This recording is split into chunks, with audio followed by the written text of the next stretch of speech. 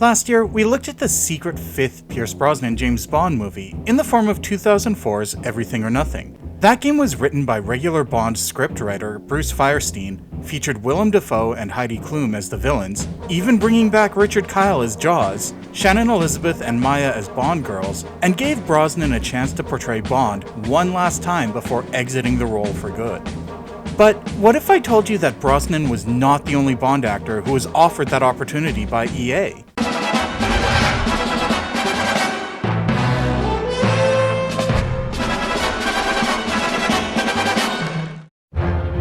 From Russia with Love for the Sony PlayStation 2 stands out from all of the other James Bond games made before and since. Not only was it the last hurrah for the Bond series' original continuity before 2006's Casino Royale rebooted the franchise, but it is the only James Bond game to ever feature the likeness of Sean Connery based on one of his first outings as the character. The question is whether the game strikes like a thunderball, or whether players should say never again. This is Chris from Makopowered, and welcome to a special Bond for the Holidays episode of Weekend Rental, where we look at games that, while not widely considered classics, or sometimes even good, are still worth examining and maybe even playing despite themselves. If you haven't watched the James Bond episodes from the past 2 years, a quick refresher. Growing up, TBS's 13 Days of 007 was a staple of my holidays, so I've always associated James Bond with this time of year. Hence, James Bond episodes for the holidays. So, let's get to it. Right out the gate, From Russia with Love seems like an odd choice for EA. Let's stop to think about this for a moment. Then current Bond actor Pierce Brosnan had already done one game for EA as Bond, so why go with a game based on a Bond movie from 1963, a film released 42 years prior? There is actually an of-the-moment reason for this choice to go back to the 60s, as executive producer Glenn Schofield puts it. See, the mid-2000s had an interesting trend in gaming. Video games had become legitimized. Sort of. Video games gained mainstream acceptance in the late 90s with the widespread appeal of the Sony PlayStation, thanks in no small part to the marketing and subsequent success of Final Fantasy VII. No, really. The marketing push for the game by Square and Sony in North America alone cost $20 million, an unprecedented amount for 1997. This mainstream acceptance led to more Hollywood actors, writers, and composers working in video games. Everything or Nothing is an excellent example of exactly this, and inevitable comparisons between media were made. With questions like, when will video gaming get its Citizen Kane? Video game developers and publishers underwent a bout of what Ian Bogost dubbed Hollywood envy, where the video game industry tried to be as much like the movie industry as possible. This led to not only games like Everything or Nothing and Enter the Matrix, which were tie-ins to franchises without being direct adaptations of films, but also to game adaptations of classic films. During this period, we saw examples such as Sierra releasing Scarface, based on the De Palma film, not the 1932 original, Gotham Games releasing The Great Escape, complete with Steve McQueen player character, and EA themselves releasing The Godfather, spending exorbitant amounts to license Marlon Brando's likeness and audio clips. Sure, there had been games prior which had done similar, like 1997's Blade Runner for PC, but there was a concerted push for this sort of game during this time period. In this context, From Russia with Love getting a video game release during this era starts to make a whole lot more sense. Okay, so making a James Bond game based on the original 60s movies makes sense, but the question remains, why From Russia with Love? Why not go with one of Connery's more popular Bond franchise entries? Despite Schofield claiming that the demand was there for From Russia with Love, and that it was one of the most popular Bond films, the grosses for the films don't bear that out. According to Forbes, most of Connery's other Bond films did significantly better at the box office. Between its bigger box office numbers and its broader familiarity with gamers thanks to the inclusion of Oddjob in 1997's GoldenEye, why not make a game based on the much more bombastic Goldfinger? I can think of 2 reasons for this. I suspect the major one was that From Russia with Love was Sean Connery's favorite of his Bond movies, as indicated in the CNN review of the game. Why is this important? Because Connery doesn't just lend his likeness from 1963 to the game. He was brought in to record all new dialogue and fully reprise his role as James Bond. Keep in mind that Connery had retired from acting after the train wreck that was 2003's League of Extraordinary Gentlemen, so it would have taken a lot to entice him back, even for a voice acting role, especially after his experiences in that realm as well. According to that CNN review, Connery accepted both because, as mentioned, From Russia with Love was his favorite time in the role, and to please his grandchildren, who were avid gamers. Considering 2005 was also the year EA locked in that 10-year exclusive rights contract with the NFL, one has to suspect that there were certain monetary inducements, which were also on the table. Oh! They drove a dump truck full of money up to my house. I'm not made of stone. I had mentioned that I could think of 2 reasons for choosing From Russia with Love, but we'll put a pin in the second one and circle around to it in a little bit. Let's stick with Connery's performance because it is disconcerting. Remember, the last time Connery had stepped into James Bond's shoes was in Never Say Never Again, the Thunderball remake settlement film which MGM allowed Warner Brothers to make outside the main James Bond film canon. Never Say Never Again came out in 1983, and even then it was weird seeing a then 52-year-old Connery reprising the Bond role, especially opposite Kim Basinger, who was 20 years his junior at the time. Here though, while Connery is reprising his role, he isn't being tasked with any of the rigors of physical performance. Instead, that is taken up by a digital recreation of Connery as he was in 1963. And that's what makes the situation disconcerting. Connery, who was... Wait, is this right? He was 75? Connery, who was 75 when recording the dialogue for the game, sounded like a 75-year-old, but that voice was coming out of a character model representing a 33-year-old Connery. May I help you? A dry martini. Shaken, not stout. Certainly, Commander Bond. Where is the girl? So, while it is cool that they managed to not only bring Connery out of retirement, but also have him reprise his most iconic role, there is a dissonance there that the game never really manages to shake. There's also something more going on here, but we'll discuss that in a moment. Keeping with the topic of the game's casting though, there are some interesting inclusions. And exclusions.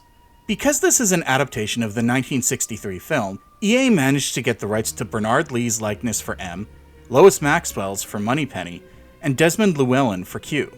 These appearances are interesting for the same reason that they're kinda awkward.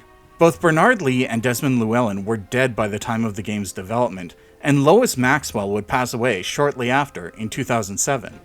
As such, while the likenesses were used, all of their lines were either pulled straight from the original film, or recorded via sound-alikes. The thing is, they aren't the only characters EA did this with. They also managed to get Robert Shaw's likeness as Red Grant, Lottie Lenya's for Rosa Klebb, Pedro Armendariz as Kerim Bey, and even Fred Haggerty as Krylenko, the Soviets' Hatchet Man. All of these actors were dead by the time of the game's development, some for quite some time by that point. Yet, despite this, it is not quite as disconcerting interacting with these characters as it is hearing old man Connery coming out of young Connery. Awkward and maybe uncomfortable? Yes, but not unnerving. There is one more likeness EA managed to snag, which I haven't mentioned yet. The most important one, second only to Connery. Daniela Bianchi as Tatiana Romanova. Here's the interesting thing. As of the making of this video, she's pretty much the only member of the film's cast who is still alive. She was only 21 years old when the original film was released, which means that at the time the game was being developed, she would have been 62. In other words, she would have been just as capable of reprising her role as Connery was, if not more so, but she was not asked back to do so. Considering Julie Newmar managed to pull it off in the animated movie Batman: Return of the Caped Crusaders, one has to wonder why EA didn't do similar.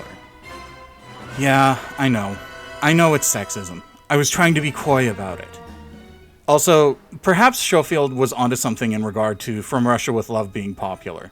I realized while editing that an earlier draft of this script didn't even go into the plot of the movie because I just assumed people would be familiar with it.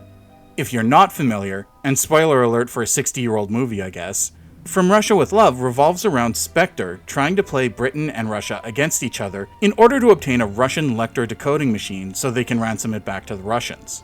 They do this by manipulating Tatiana Romanova, a Russian file clerk, into thinking that she was engaging in a covert operation for Mother Russia to seduce James Bond. Spectre also planted Red Grant, an assassin, to retrieve the Lecter after killing Bond and Romanova. In typical Bond fashion, Bond foils the plot and manages to escape with the Lecter and Romanova.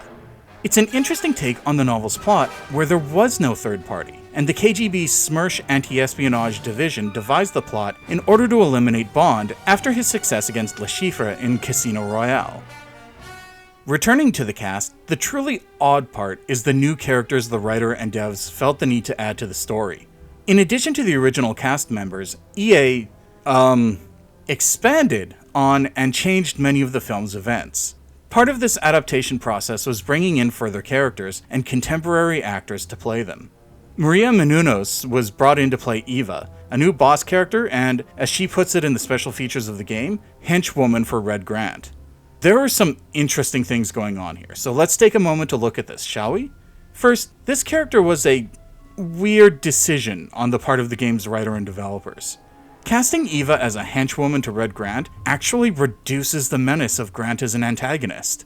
In the original film and novel, Grant was a psychopath who was considered useful, but too dangerous to allow to work with anyone. He was just as likely to turn on and eliminate whomever he was working with as he was his targets. Adding the character of Eva erases that threat, as she appears under his directive multiple times throughout the game. It's an odd choice which suggests that the writer and devs didn't fully understand the story and characters they were working with. It's not the only decision that would indicate that, but we'll get there. The other thing adding Eva to the game does is muddy the waters of Lisa Funnell and Klaus Dodd's examination of the women in From Russia with Love. In their book, Geographies, Genders, and Geopolitics of James Bond, they discuss how a binary is established between the two Soviet women of the film, Tatiana Romanova and Rosa Klebb. They point out that Tatiana is a safe Soviet woman for Bond and the viewer because she is conventionally attractive, heterosexual, and naively passive, despite ostensibly being an enemy agent. Klebb, on the other hand, is depicted as older, less attractive, and overtly masculine, wearing a Russian military uniform similar to those seen on the male generals throughout the series. This last part also serves as a cue to indicate her lesbianism. In other words, she was designed to be threatening to heteronormative male culture, embodied by Bond, in terms of both gender and sexuality. Let's be clear about something.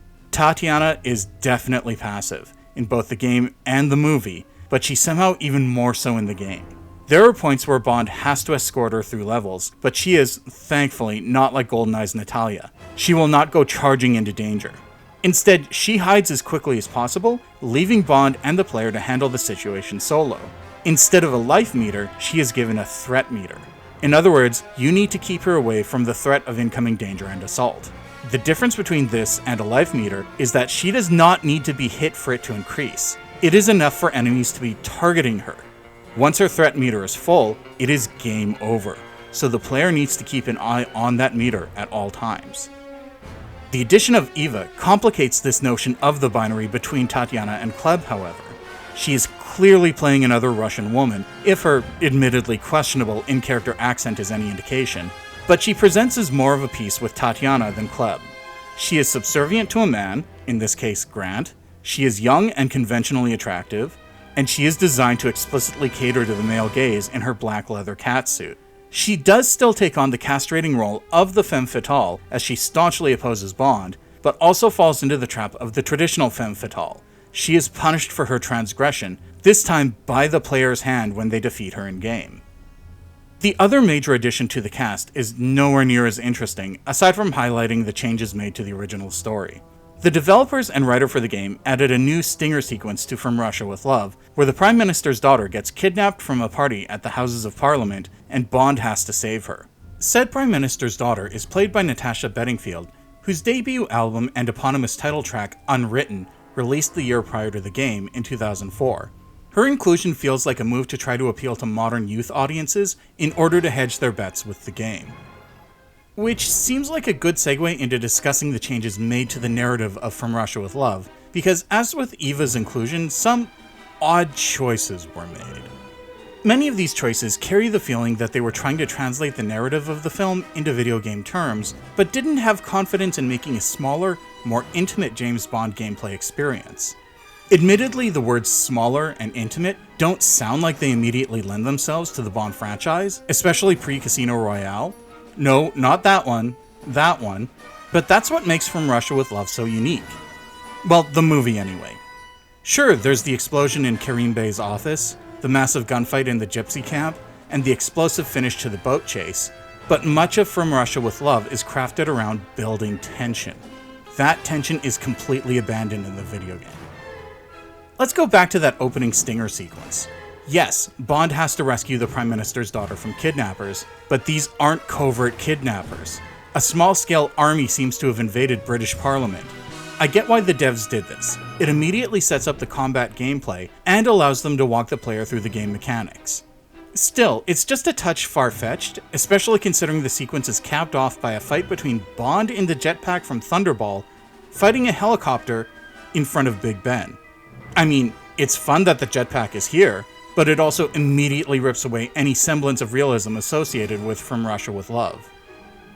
Speaking of, the Q branch sequence immediately following the opening titles has a similar effect.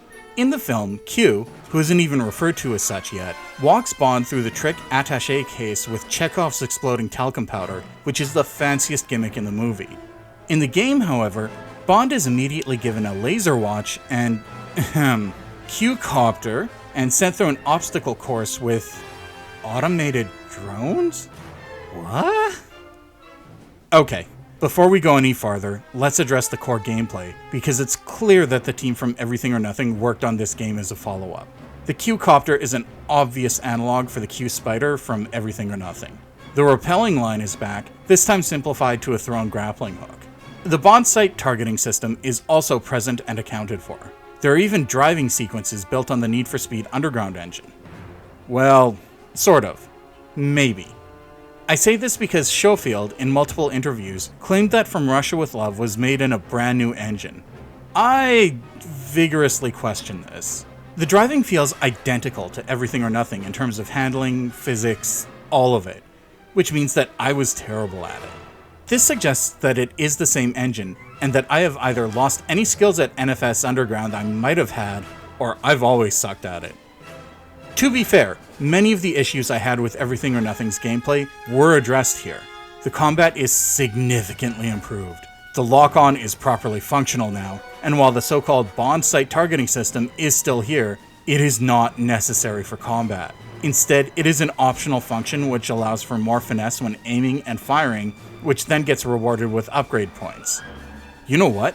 I am okay with that. This works and feels so much better than Everything or Nothing's gunplay. As well, the stealth gameplay, while still not great, feels more natural. You will still get spotted for no reason, but it happens less here, and you can still revert to running and gunning, so that's fine. I'm just glad that the devs decided not to include any mandatory stealth sections here, thankfully. You, as a player, will never be penalized for getting spotted. Sure, the game may be harder because you'll need to fight waves of enemies at once, but it's not the instant game over it was in the previous game. You can also tell that the people who developed Everything or Nothing were behind this game, because From Russia with Love inherited the, let's be nice and call it bombast from that game. That's why the attack on Karim Bey's office has turned from a simple bomb into an all-out assault on the building, including a helicopter the player needs to take down while on foot, MGS style. The boat trip through the underwater canals suddenly turns into a fast-paced combat sequence with the addition of the Russian army and a mounted chain gun. Oh, yeah. There are chain guns everywhere. The streets of Istanbul, the boat in the underwater canals, along the Turkish coast, everywhere.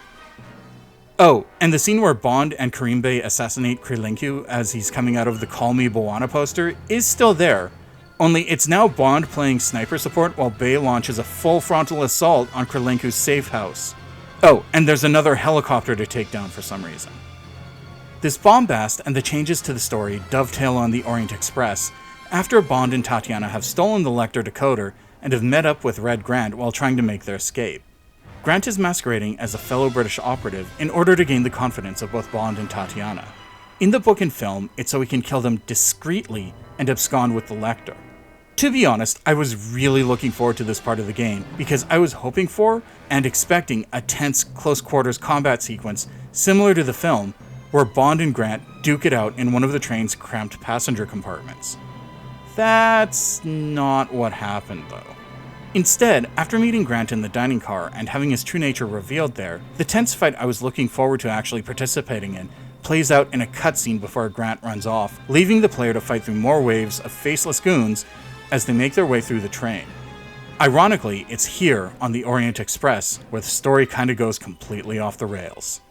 While yes, Bond and Tatiana are still trying to escape to England while being pursued across the European countryside, this takes the form of an all-out assault on a train station.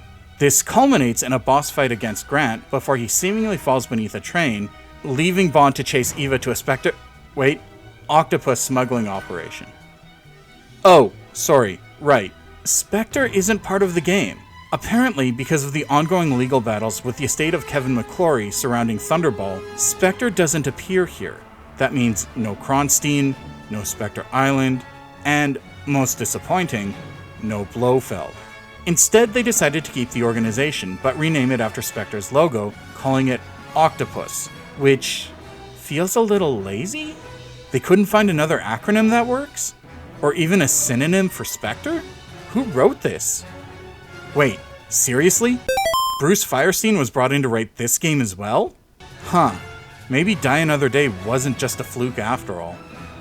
Anyway, after retrieving the Lecter from Eva, escaping and facing off against Rosa Klebb, which did happen in the movie, but yet again plays out here as a cutscene, the player and Bond are sent to a Octopus base because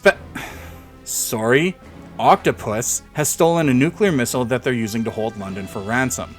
In addition to this ending feeling really tacked on, it also evokes Not From Russia with Love, but You Only Live Twice and its volcano base. In fact, it feels like the devs were trying to make a Connery Bond anthology game within the confines of From Russia with Love. There's the already mentioned jetpack from Thunderball, which, while only appearing in the film for a couple of moments, is used here for multiple, lengthy sequences. Most of the driving sequences feature Bond's Aston Martin DB5 from Goldfinger, complete with tire spikes and machine guns, and also the homing missiles from Everything or Nothing. The only Connery Bond movies the devs don't pull from are Dr. No and Diamonds Are Forever. The thing about this ending is that it goes full video game logic. When Grant fell in front of the train earlier, he didn't die. He used it to escape. The player fights him as the final boss here, inside a giant 60s designed mech, with rocket launchers, and machine guns, and lasers. So, when Schofield claimed that the game was a director's cut of the film, was this what he meant? Because, wow. I don't think Terrence Young ever had this in mind for the film. Here's the thing though, remember how I said I could think of at least 2 reasons to focus on From Russia with Love? This kind of ties into it. Keep in mind that the game came out in 2005, in the midst of the US and UK's second year of its invasions of Iraq and Afghanistan. At this point, public opinion about these invasions, well, it wasn't spectacular. According to the Pew Research Center, 2005 was the turning point for opinions about the war in Iraq, with opinions split almost 50-50 that it was the wrong thing to do, that the war was not proceeding well, and whether US troops should remain in Iraq. Because of this, From Russia with Love starts to make more sense from a political perspective, as well as a getting Connery on board perspective. For one, the player is actively defeating a terrorist organization which initially set out to manipulate and humiliate them. For another, this new tacked-on ending makes a whole lot more sense, considering the player is invading a hidden base, housing a weapon of mass destruction, which is a legitimate imminent threat. Finally, From Russia with Love is also the Bond story that most uniquely plays into Americana and American nationalist nostalgia. How is this possible when there are no Americans or even mentions of America in the novel or film? Because John F. Kennedy famously listed From Russia with Love as one of his 10 favorite books of all time in 1961, both causing sales of the novel to skyrocket and cementing the book's place in American Cold War memory and nostalgia. Evoking that nostalgia would have served as comforting reassurance in 2005, both in North America and the UK. Finally, before we finish, let's go back to Connery's return to the Bond role for this game, because there's something else going on here. Specifically, let's talk about the Connery Bond that players control in the game. The devs did an amazing job here, as they not only made a fantastically detailed character model, but also paid attention to how Connery moved in his Bond movies, incorporating those movements into the game. The thing is, the dissonance mentioned earlier between Connery's 75-year-old voice and his 33-year-old depiction in the game points towards Jean Baudrillard's discussion of Simulacra. Baudrillard, in his writing, talked about Simulacra as, quote, copies that depict things that either had no reality to begin with, or that no longer have an original. And that's exactly what's going on here. Sure, Connery was still present in 2005, and he still lent his voice to the Connery in the game, but the version of Connery in the game no longer existed. That 33-year-old Connery had not existed for over 30 years at that point. Now at this point, the question becomes, how is this different from what was going on in Jackie Chan's Stuntmaster? The difference lies in the representation and symbolic presence. With Stuntmaster, it was an attempt to capture Chan as he was in that moment. Not necessarily the image, but the movement and the personality. With From Russia with Love, that moment has already been lost, and this is an attempt to recreate that lost moment as close as possible, creating a simulacrum of that moment rather than the moment itself. Connery himself even points towards this idea when discussing the character model for the game, saying, The eye good, the mouth is good. In fact, this looks better than the original. Oh, I'm madly in love with him. From Russia with Love is a fascinating attempt to bring the Connery era of James Bond to video games. While it wasn't the first to do so, Parker Brothers' 1983 game for the Atari 2600 has that honor. It is, to this day, the only James Bond game to officially feature Sean Connery's voice and likeness. It is not a particularly faithful adaptation of the source material, but the gameplay mechanics are significantly refined from the prior Bond outing offered by EA. It would also be the last Bond outing from EA, as the license would go to Activision for the majority of the Daniel Craig era. From Russia with Love has moments of disappointment over what is and is not offered in gameplay versus cutscenes, but there is still enough here to make for a good weekend rental.